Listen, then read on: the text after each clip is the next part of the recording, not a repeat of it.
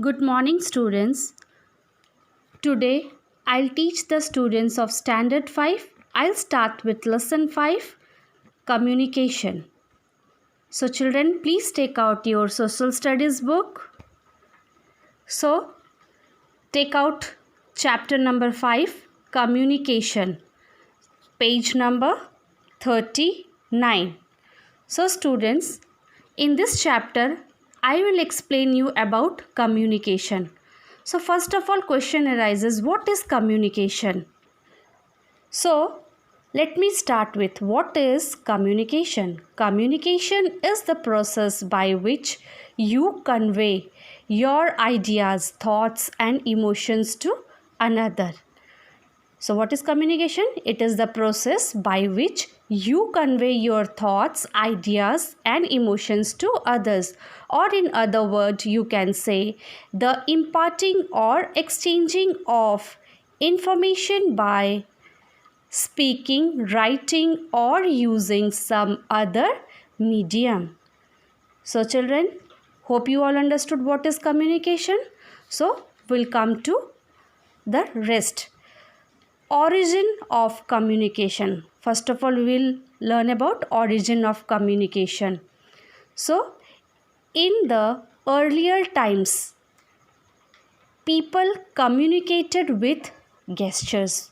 So, in earlier time, people used to communicate with gestures. So, what is gestures? Gestures means a movement of part of the body, especially a hand or the head, to express an idea or meaning. Now turn the page, take out page number 40. So origin of communication. So people in earlier time communicated with gestures. Gradually these were replaced by oral communication. Oral communication means the way of speaking. Earlier human beings also communicated by drawing pictures on cave walls. Such paintings can be seen in various caves across India, France, and Spain. Whether these represented a story or a ritual is difficult to understand. Over time, they developed a system of drawing shapes to talk to each other. So, origin of communication means in earlier times people used to communicate with gestures and human beings also communicated by drawings, the pictures on cave walls. Such paintings can be seen in various caves across India, France and Spain. Then come to evolution of writing. So, evolution of writing. The early Mesopotamian civilization is believed to be the birthplace of the first writing system. So, early Mesopotamian civilization is believed to be the first birthplace of writing system. So, clay tablets with designs have been found in the excavation sites belonging to this period. These were also used for counting animals and or quantity of grains. So, the early Mesopotamian civilization believed that it is the first birthplace of writing system. So, they used clay tablets with designs have been found in the excavation sites belonging to this period. They were also used for counting animals. So they are used for counting animals or quantity of grains.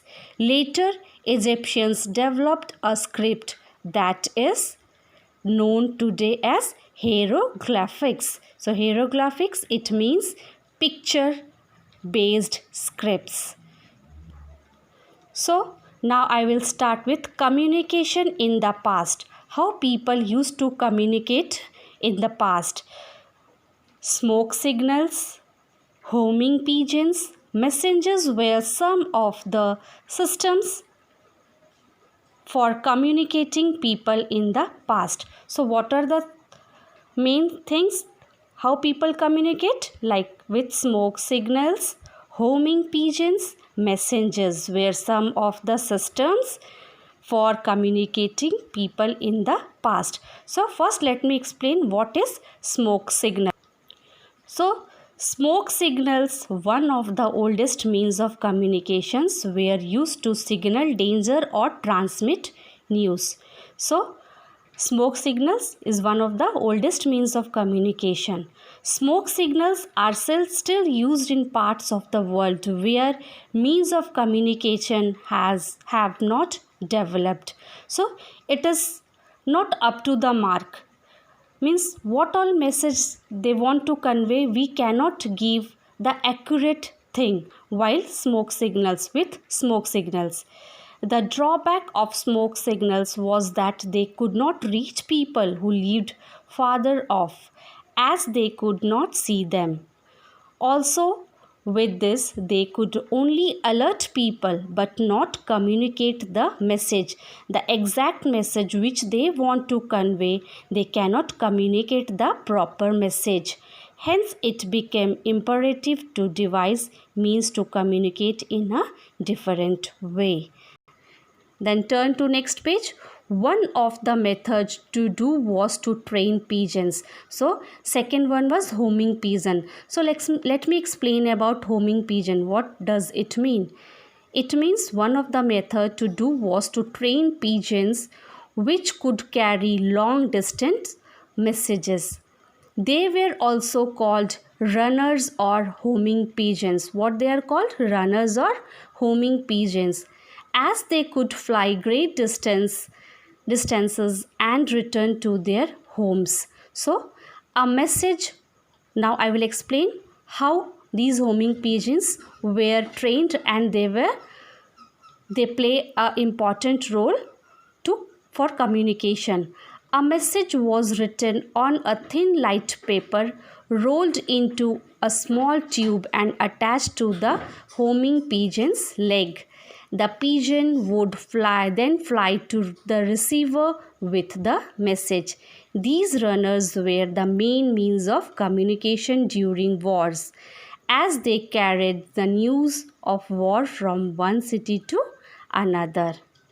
So, homing pigeon also played an important role for communication, to communicate people, to convey the message from one city to the other city.